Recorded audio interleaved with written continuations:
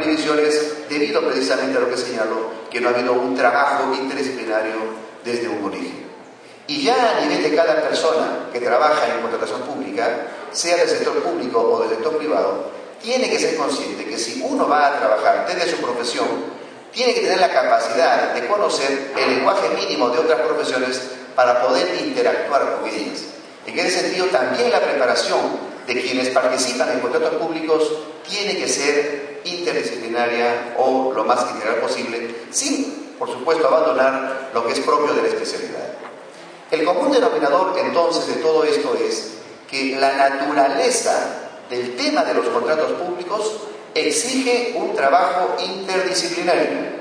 Ya no puede haber un trabajo donde el abogado esté por un lado, donde el logístico esté por otro lado, el economista por otro lado, y cada uno de los que intervienen completamente desarticulados. Eso es muy riesgoso y la práctica nos demuestra que es una de las causas principales para que la contratación, no obstante la oportunidad y el impacto que se espera de ella, no se esté logrando de manera apropiada en razón a esta desarticulación en la forma de trabajar.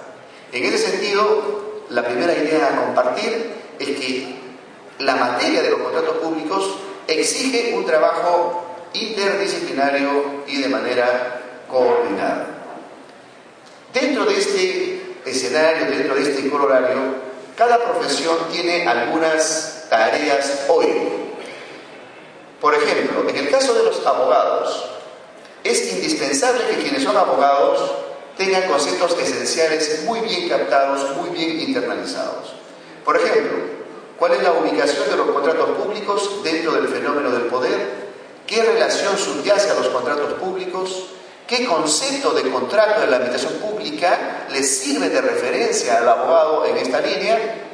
¿Cuál es el impacto de la previsión de la Constitución política en materia de contratación pública? Si convierte o no a todas las disposiciones contractuales en normas de orden público o si solamente son normas de carácter dispositivo, los objetos contractuales frecuentes y qué centros de interés están involucrados en los contratos públicos, es decir, en quiénes impactan los contratos públicos. Ese es un tema, un área temática para abogados y hay que dar soluciones jurídicas que si las hacemos de manera coherente, el aporte va a ser muy positivo. Otra área para los abogados está relacionada con los procedimientos de contratación. Entender, por ejemplo, que la contratación pública es una secuencia de figuras jurídicas, unas de carácter administrativo, otras de carácter civil, otras de carácter de derecho social, es importante porque efectivamente cuando uno trabaja en contratos públicos, como abogado se da cuenta inmediatamente que tenemos, por ejemplo, figuras reglamentarias, actos administrativos, actos de administración interna, figuras contractuales, hechos administrativos, actos jurídicos y otras figuras que van a coexistir en toda una secuencia con miras a la formación del contrato y luego a la ejecución del contrato. En ese sentido, hay que entrenarse ya a detalle, como abogados y como abogadas, en qué figuras jurídicas están comprometidas en los contratos públicos. Y últimamente los abogados también tienen el reto de entrenarse en contratación electrónica, porque conforme la contratación electrónica va ganando terreno en el ámbito de los contratos públicos, los retos jurídicos sobre la contratación electrónica van a ser planteados a los abogados y abogadas. Y hay que tener soluciones jurídicas previstas tanto en la normativa como en la interpretación de la normativa existente. En el caso de los logísticos, hoy lo que se percibe a nivel de las instituciones públicas es que hay un entrenamiento creciente y un interés creciente de los logísticos en conocer las prácticas contractuales. Y muchos logísticos están entrenados en el manejo de los formularios, en el procedimiento, en la determinación de necesidades, etc. Pero ¿qué es lo que nos está faltando en el país? Estrategas en compras, gestores en compras, personas que sepan dominar la determinación de necesidades, que tengan bases de datos y de información muy actualizada sobre tendencias de precios, sobre adelantos tecnológicos, que sepan trabajar sobre el manejo de stocks y por lo tanto trabajen en todo lo que es una estrategia en la contratación. Es de esperar que a nivel tanto de las instituciones públicas como de los proveedores estén permanentemente intercambiando información para estructurar estrategias para hacer que las contrataciones sean relaciones en las que ganen ambos, el proveedor y la entidad contratante. Una relación gana-gana es fundamental en el tema de los contratos públicos, pero eso es posible si se da en un escenario confiable, en un escenario en el que se conozca qué estrategias y políticas aplicamos en esta materia.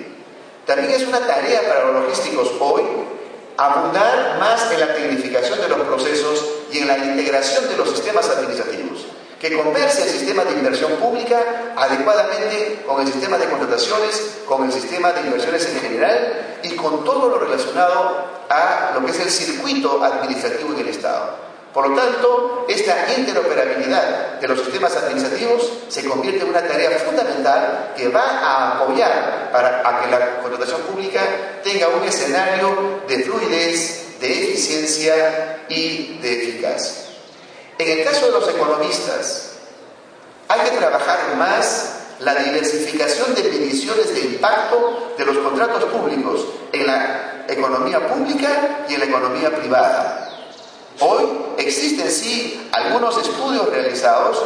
En una de las últimas modificaciones de la ley de contrataciones, el OCE va a tener como una de sus atribuciones ya formalmente establecidas la de realización de estudios.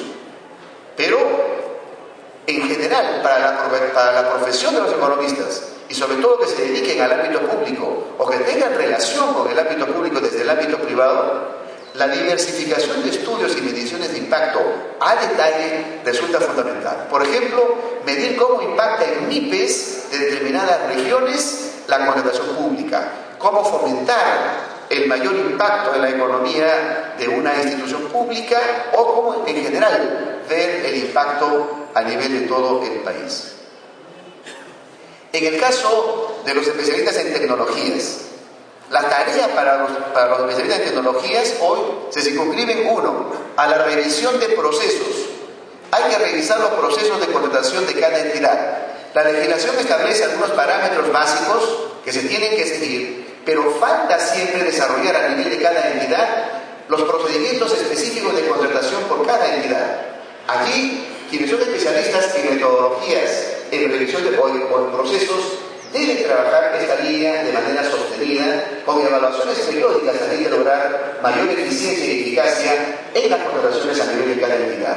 Por supuesto, acompañando esto con el aprovechamiento creciente de las tecnologías de la información, trazándose una estrategia de implantación progresiva, de modo tal que de manera ordenada el Estado y, por supuesto, que también las empresas vayan aprovechando la tecnología de la información en un área de tanta significación para el país como es el de la contratación electrónica.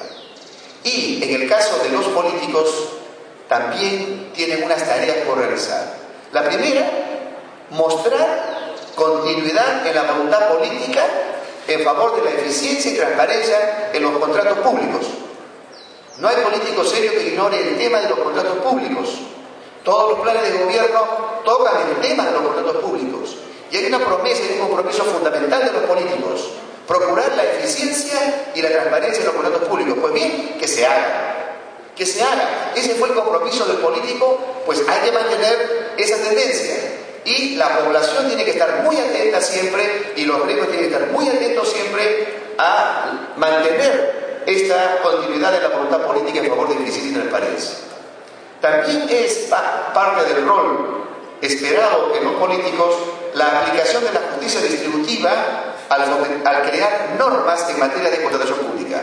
Por ejemplo, cómo fomentar las MIPES en la región a través de los contratos públicos. Cómo generar espacios de inclusión social a través de los contratos públicos. Cómo mejorar mayor homogeneidad en la protección del medio ambiente a través de los contratos públicos. Es decir, hay un conjunto de temas allí vinculados a justicia distributiva que los políticos tienen que trabajar con participación activa de ellos.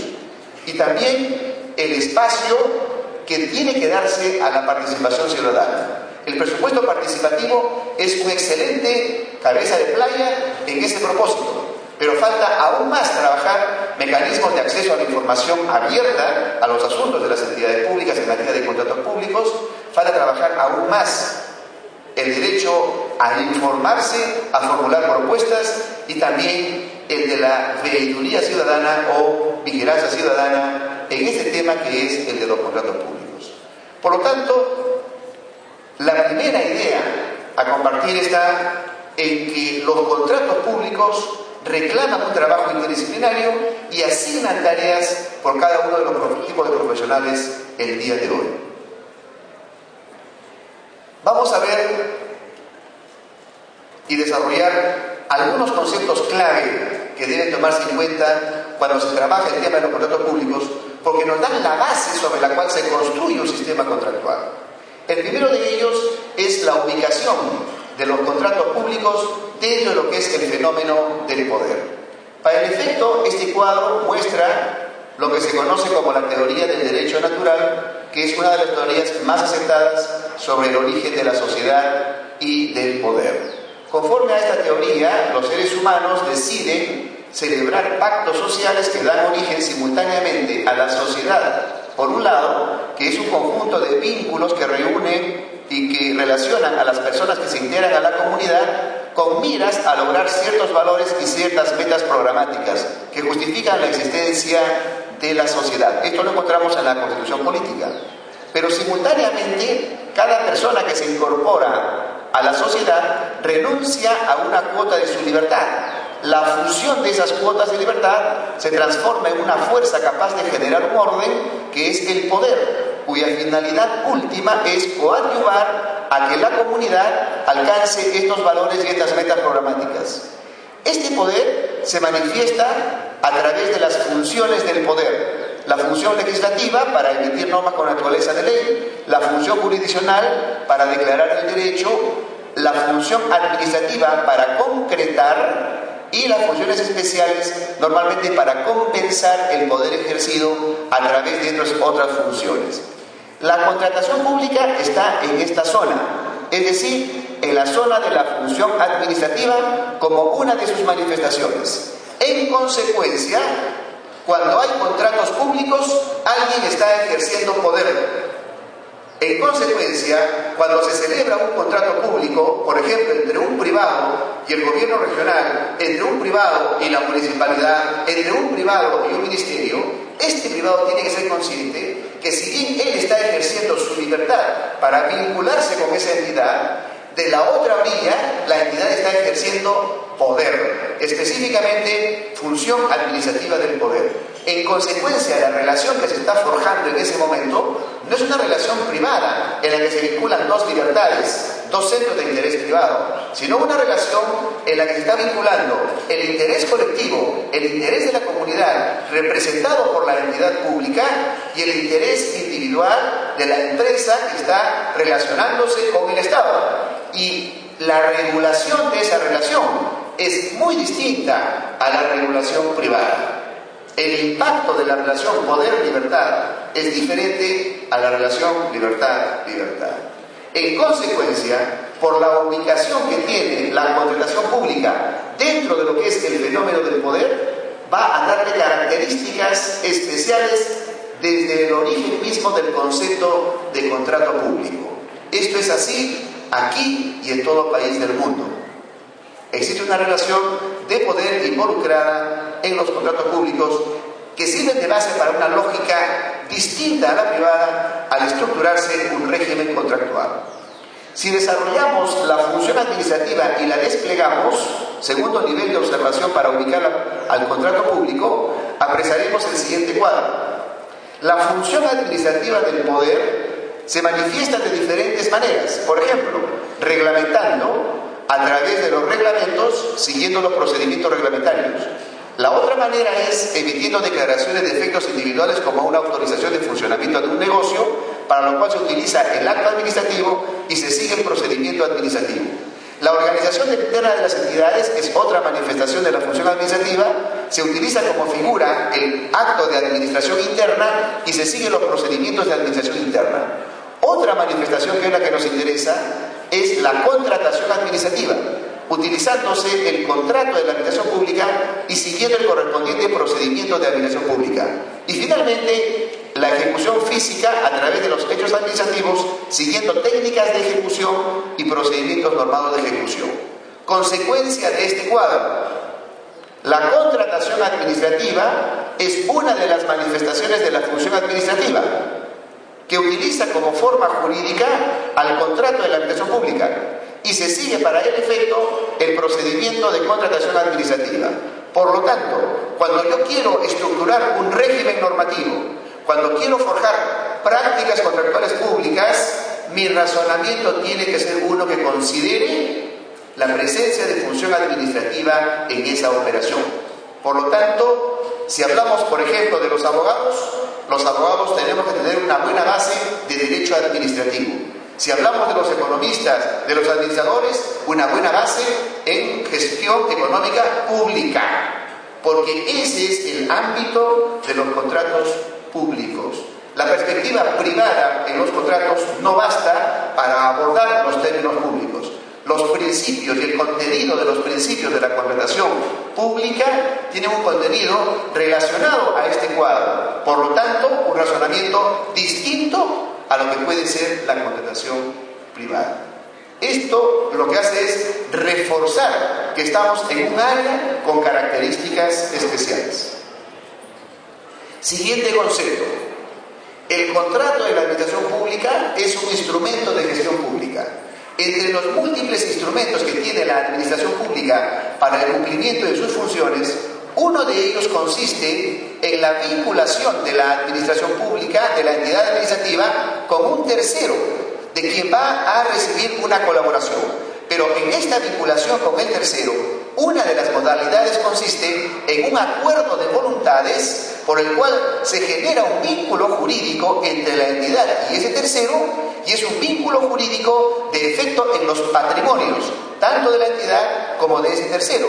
En otras palabras, mediante un vínculo contractual. En consecuencia, la contratación pública es únicamente un instrumento del cual se vale la administración pública para el cumplimiento de sus fines públicos, mediante la aplicación para el efecto también de recursos públicos. Y como es un instrumento, tiene que ser lo suficientemente versátil, idóneo, oportuno, para que eficazmente yo pueda contratar. Cuando hay una disonancia entre mis necesidades como administración pública y el instrumento no es claro, es engorroso, normalmente en la práctica ¿qué encontramos? La elusión, la ruptura o el incumplimiento abierto del instrumento.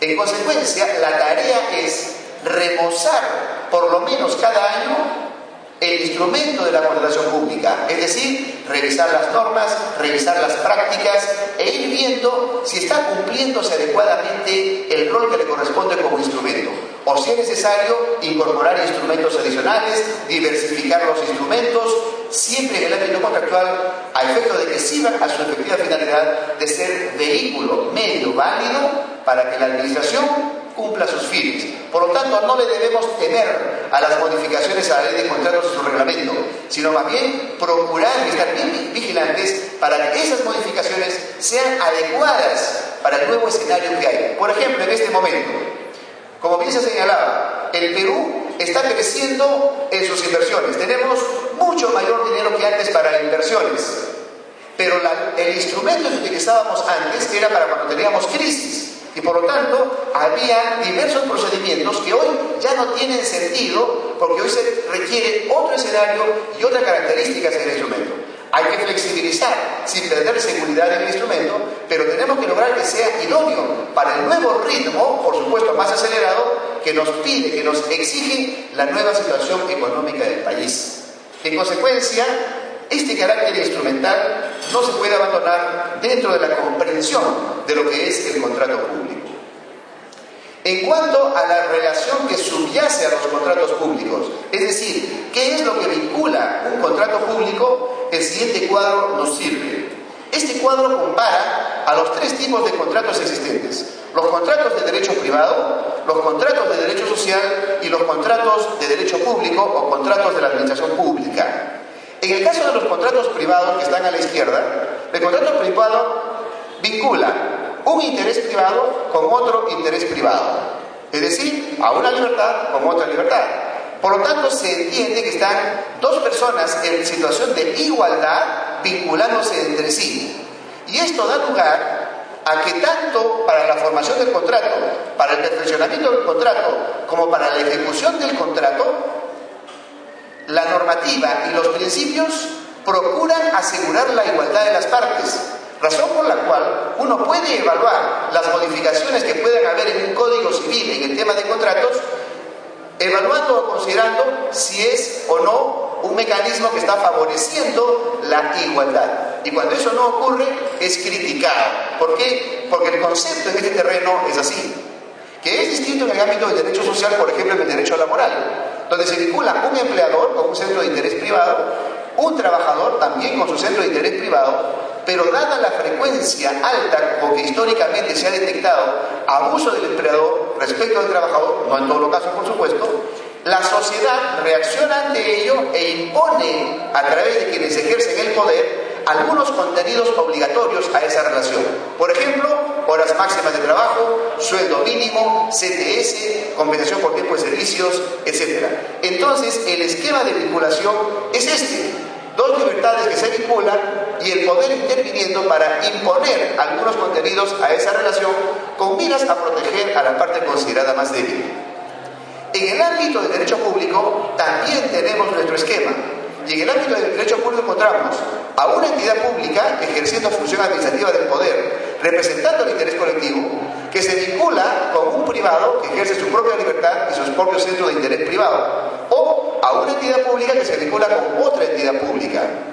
Si nosotros pensamos, por ejemplo, en el caso de la primera relación, donde se relaciona el interés colectivo con el interés privado, y nos preguntamos, en caso de un conflicto insalvable entre el interés colectivo y el interés privado, aquí y en todos los lugares del mundo, ¿cuál prevalece? El interés colectivo. Y eso es lo que subyace siempre a los contratos públicos. Lo que ha sucedido en el tiempo es que se han generado mecanismos para proteger al proveedor de los posibles abusos por parte del Estado en el ejercicio del poder que allí tiene, y al saberse que en caso de conflicto prevalece el interés colectivo. Entonces lo que ha sucedido en el tiempo es buscar mecanismos de protección para tener un equilibrio tal que permita que también en este vínculo contractual ambos operadores ganen, es decir, que tanto la entidad pública se beneficie como se beneficie el proveedor en su caso. La consecuencia es, por tanto, que este es el esquema, esta es la fórmula con la cual se tiene que ver el tema de los contratos públicos. Cuando uno lee la ley de contrataciones del Estado y su reglamento, o las modificaciones que hubieran, lo que vamos a encontrar es que la zona de equilibrio entre el interés colectivo y el privado se va modificando con miras a que la resultante sea que ambos ganen en esa relación. Cuando hay un desequilibrio y se favorece, por ejemplo, a la entidad pública o se favorece al proveedor, siempre termina en conflictos. Y eso luego se reconduce con otra modificación y se repone ese equilibrio. En el ámbito público esto va variando constantemente, que es muy distinto en el caso privado, donde ahí básicamente la línea es una sola, la igualdad. En el ámbito público hay que trabajar permanentemente cuál es la mejor zona de equilibrio entre el interés colectivo y el interés privado en una relación específica de contrato público. Por lo tanto, la perspectiva para mirar los contratos públicos es esta. ¿Cuál es el error histórico en el caso peruano? Ha sido mirar los contratos públicos desde esta perspectiva, desde la perspectiva privada. Y cuando hemos querido incorporar categorías privadas a un tema que es público, allí han tenido los problemas de interpretación, los conflictos o algunos errores que han costado tanto en oportunidad como en recursos. En cambio, si miramos desde esta perspectiva, estaremos sintonizando con lo que la doctrina ha desarrollado ya cerca de 200 años y también lo que constituye la tendencia en todas las legislaciones del mundo.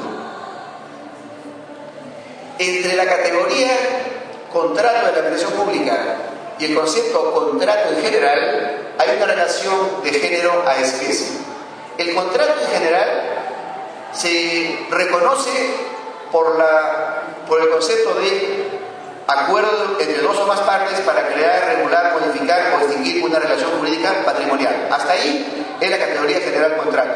Esa categoría funciona en el ámbito de los contratos privados, en el ámbito de los contratos de derecho social y en el ámbito de los contratos públicos. En los tres la categoría es una sola, pero adquieren peculiaridades en cada uno de estos escenarios.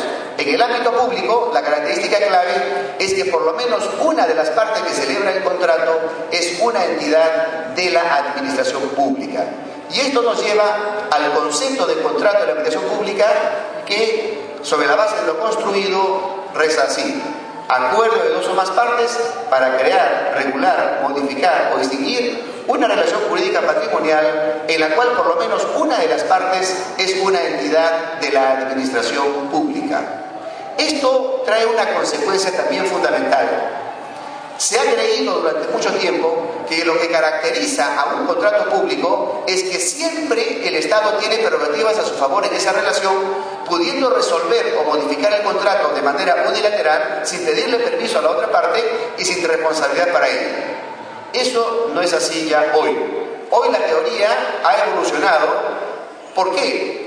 Porque el Estado, como es el que decide las leyes, el régimen al que someten los contratos públicos, decide: en este grupo de contratos, la entidad pública sí va a tener prerrogativas especiales a su favor, pudiendo resolver o modificar el contrato unilateralmente.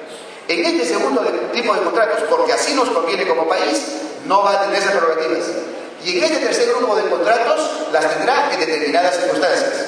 El próximo año varía estas relaciones y por lo tanto hace que lo definitorio de un contrato público no sea las prerrogativas especiales que tiene el Estado, porque puede o no tenerlas. Por lo tanto, queda como único factor de identificación de un contrato público que por lo menos una de las partes que celebra ese contrato es una entidad de la administración pública. Y esto tiene una consecuencia práctica. Cuando una empresa privada está en una relación contractual y sabe que está vinculándose con una entidad pública, lo que le tiene que venir a la mente es que la formación de la voluntad de esa entidad pública, lo más probable, como en efecto así es, se rija por normas obligatorias, por normas de orden público, decimos los abogados, y que por lo tanto, si es que no se cumplieran, la operación es nula, es inválida, porque esa es la lógica en el tema de los contratos públicos. Y esto surge y se deriva de esta definición.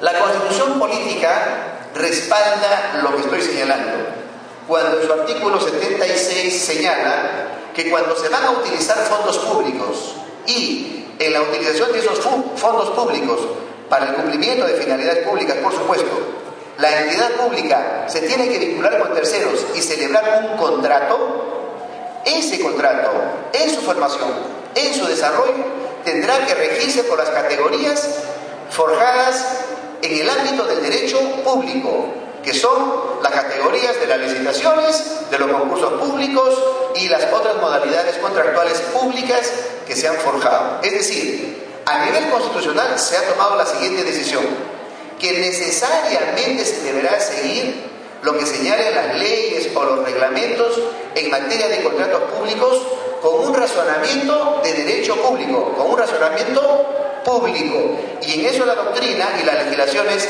han escrito bastante, y en el Perú se está escribiendo bastante sobre esa materia últimamente. En consecuencia, cuando tú vas a trabajar en temas de contratos públicos, no puedes aplicar directamente contratación privada o categoría de contratación privada. Eso hoy está proscrito. Por eso es que se ha reafirmado este criterio con las últimas modificaciones a la ley de contratos, en que se dice: en la contratación pública se aplica primero esta ley y su reglamento. Cuando hubiera algún vacío, los principios de la contratación pública, de la contratación administrativa, después el derecho administrativo, después el derecho público, y solo cuando ya no puedes nada, recién vas al ámbito contractual civil. Y esto surge de ese mandato constitucional que señala que constituye normas de orden público aquellas que corresponden a la contratación pública.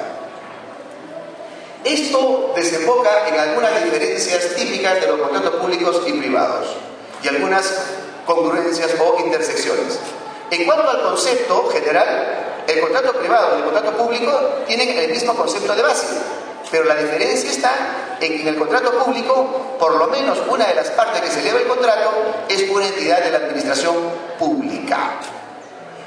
En el caso de la formación del contrato, en el ámbito privado basta el acuerdo de voluntades para que el contrato esté listo para ser ejecutado, es decir, para que esté perfeccionado.